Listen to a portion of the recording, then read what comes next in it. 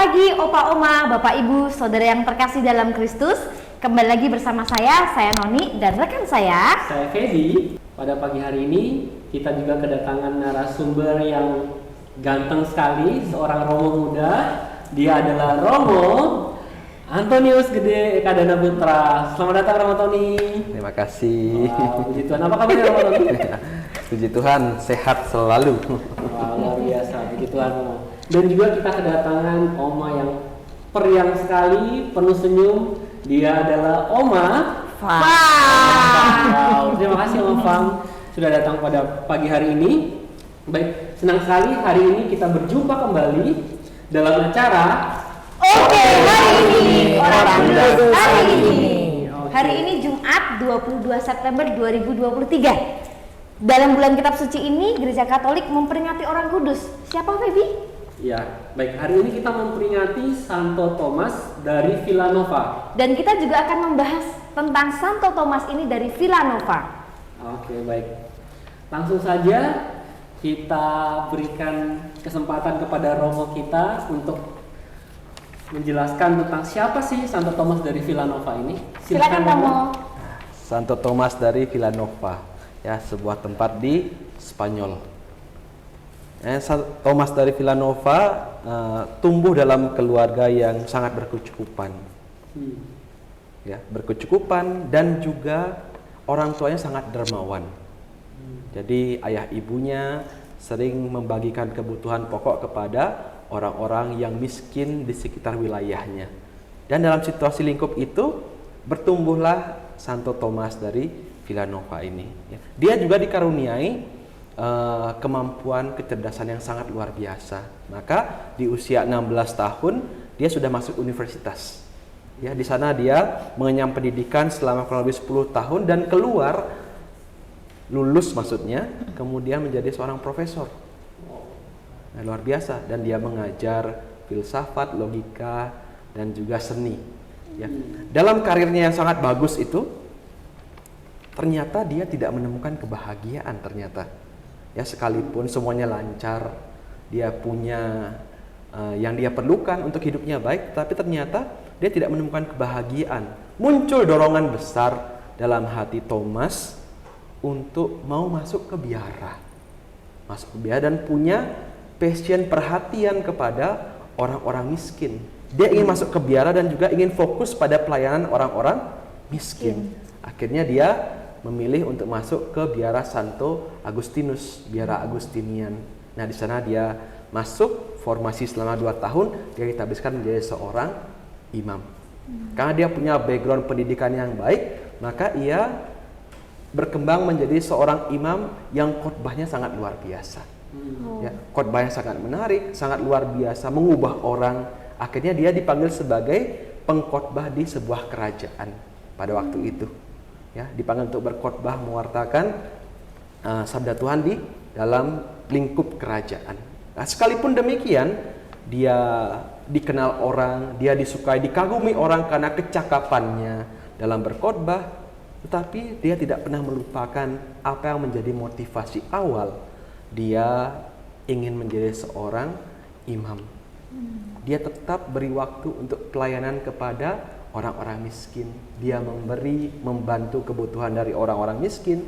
Dia juga melayani orang-orang sakit. Jadi dia tidak pernah melupakan semangatnya. Sekalipun ada banyak hal yang bisa buat dia bangga kan. Dia khotbahnya bagus, dia dikagumi. Tetapi semangat untuk melayani orang miskin itu tidak pernah ia lupakan. Satu peristiwa diceritakan kalau ketika jalan-jalan di kota di Spanyol, pada waktu itu musim dingin, dan kemudian dia melihat seorang gelandangan kedinginan. Akhirnya dia lepaskan mantolnya, ya, jubahnya dia berikan kepada orang yang kedinginan itu, orang miskin yang kedinginan itu. Nah, teman-temannya menegur karena bilang jangan terlalu murah hati, jangan terlalu baik, kamu juga perlu. Tapi kemudian Santo Thomas bilang, ya, kalau misalnya orang dingin itu adalah Yesus yang sedang kedinginan, kamu apakah nggak ngasih jubahmu untuk dia? Jadi cerita kecil tapi menunjukkan betapa hatinya luar biasa. Hati yang mau membantu orang-orang miskin yang kesulitan. Karena itu yang dulu menjadi awal panggilan dia. Dan saya sangat yakin itu juga bertumbuh, kecintaan untuk pelayanan kepada orang miskinnya tumbuh karena juga besar dalam lingkup keluarga yang luar biasa. Ya, papa mamanya juga memberi perhatian kepada orang-orang miskin. Ya, maka kemudian dia disebut sebagai bapak orang miskin. Ya, bahkan ketika dia diangkat menjadi uskup, wasiatnya ketika dia meninggal dia tulis, semua sisa harta saya bagikan kepada orang miskin. Itu hal yang sangat luar biasa dari Santo Thomas dari Villanova ini. Luar biasa sekali teladan dari Santo Thomas Villanova ini, bagaimana ia dari kenyamanannya dia, mungkin dalam tanda kutip dia sudah hidup dengan enak dan luar biasa, dan dia mau melepaskan itu semua untuk mengikut Yesus, menjadi imam, melayani umat. Wow, itu luar biasa sekali. Terima kasih Romo. Mungkin kita mau tahu nih Romo, apa sih teladan yang berkesan dari kehidupan Santo Thomas dari Villanova ini Romo? Teladan hidupnya perhatian yang luar biasa kepada mereka yang susah, mereka yang miskin, mereka yang butuh bantuan. Ya, jadi itu yang pertama. Yang kedua,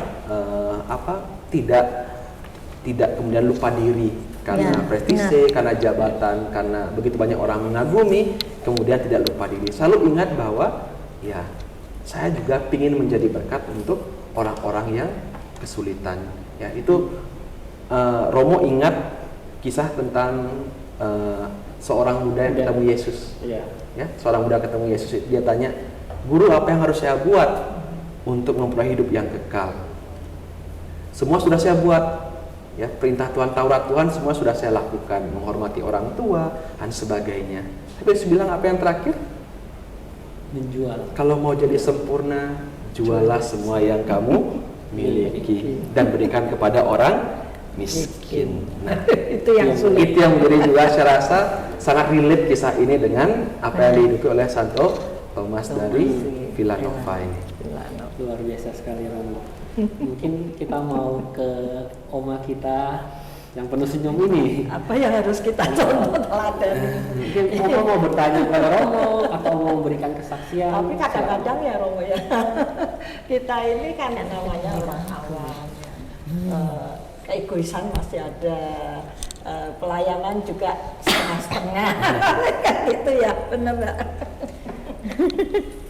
Lalu bagaimana Romo kita harus bisa betul-betul tulus terhadap pelayanan itu Romo? Ya, nggak hanya Oma, ya Romo juga sama, toh ya sama. Kita juga punya satu momen di mana kita terlalu egois, atau momen lain kita juga tergerak untuk membantu orang. Selalu ada momen itu kan dalam hidup kan. Tapi intinya yang selalu bahwa ketika datang dalam doa, ya ketika kita minta sesuatu sama Tuhan, ya kita juga harus ingat bahwa sesuatu kita dapat juga kita harus kita bagikan juga ke yang lain. Gitu, ya, tidak setiap, mungkin bukan artinya zaman sekarang kita juga perlu, toh Oma juga perlu uang dan sebagainya. Mau jual bisa Oma, jual semuanya nggak bisa toh. Ya, tetapi bahwa yang jangan lupa semangat untuk selalu memperhatikan.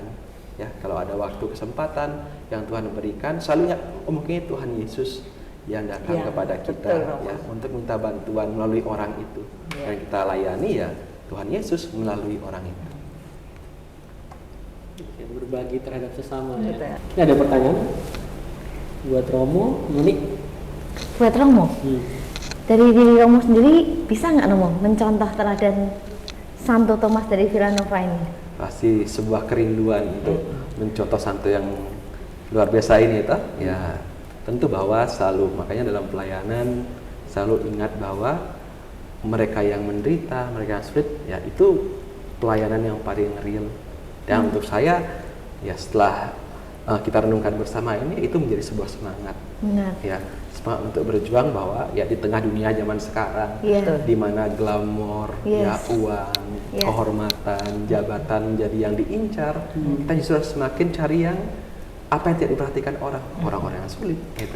Saya pun berusaha dengan semangat spirit dari Santo ini, ya kita mohon doanya supaya kita juga bisa meneladani teladan hidupnya. Iya benar. Keren sekali sih Santo ini. Ada lagi? Dari saya sudah, dari Oma, dari Feby. Mungkin Romo, saya ingin bertanya sih, maksudnya ini kan menginspirasi sekali. Bagaimana kita mungkin di kondisi saat ini gitu, bagaimana kita bisa menjadi berkat buat sesama kita di sekitar kita mungkin, atau orang-orang yang mungkin kesulitan gitu, bagaimana sih gitu? Berkat itu kan banyak modelnya, Ya. ya tidak hanya soal kita kasih uang selesai, enggak. Berkat itu ya waktu, perhatian yang kita berikan, terutama kepada mereka yang susah. Yang susah itu kan banyak modalnya, toh. Iya. Bukan Yang soal sakit, uang ya. saja, yang sakit Sakit. diperhatikan, yang sedang ada masalah, ayo didengarkan. Iya. Nah, jadi ketika kita berani memberi waktu, itu kan pengorbanan toh, memberi waktu, perhatian, kuping kita untuk dengar itu pengorbanan yang luar biasa. Tapi hal sederhana itu, saya yakin juga itu membantu ya, Iya. bentuk perhatian kita kepada mereka yang susah. Karena kita pun dipanggil untuk juga jadi berkat untuk mereka yang mengalami kesulitan. Oke. Terima kasih untuk Romo, terima kasih untuk Oma Fang, dan kesimpulannya nih, saya punya kata mutiara yang luar biasa. Ketika kita melayani sesama, kita mengalami kehadiran Tuhan dalam setiap tindakan kita. Semoga dimanapun kita berada, kita boleh menjadi berkat bagi sesama kita melalui teladan dari Santo Thomas Villanova ini. Benar sekali. Sebelum kita tutup, kita mungkin doa penutup dulu ya. Dipersilakan Romo untuk memimpin kita dalam doa. Mari kita berdoa dalam nama Bapa dan Putra dan Roh Kudus. Amin. Allah Bapa di surga, kami bersyukur karena pada hari ini kami boleh merayakan Santo Thomas dari Villanova, seorang hamba-Mu yang luar biasa memberikan dirinya bagi pelayanan orang-orang yang miskin, yang susah, yang menderita. Semoga semangatnya juga menjadi semangat kami pada saat ini, pada masa ini, untuk juga memberikan hati, telinga, pikiran dan juga materi kami untuk membantu sekalian sama saudara-saudari kami yang sedang kesulitan, yang miskin, yang menderita. Dengan demikian boleh menjadi persembahan kami untuk semakin memuji dan memuliakan nama-Mu. Doa ini kami sampaikan kepadamu dengan pengantaraan Kristus Tuhan kami. Amin. Tuhan bersamamu Dan bersama Romo. kita sekalian diberkati oleh Allah yang Maha Kuasa, Bapa dan Putra dan Roh Kudus. Amin. Dan sekali lagi terima kasih Romo, terima kasih Oma. Dan untuk Oma, Opa, Bapak Ibu, saudara-saudari yang terkasih, jangan lupa like, komen, Subscribe dan share video ini di channel YouTube Sosietas Santa Clara. supaya semakin banyak orang yang terinspirasi dan semangat. Demikian acara kita pada pagi hari ini. Sampai jumpa lagi di acara Oke, hari ini orang kudus hari ini. Tuhan Yesus memberkati. Bye.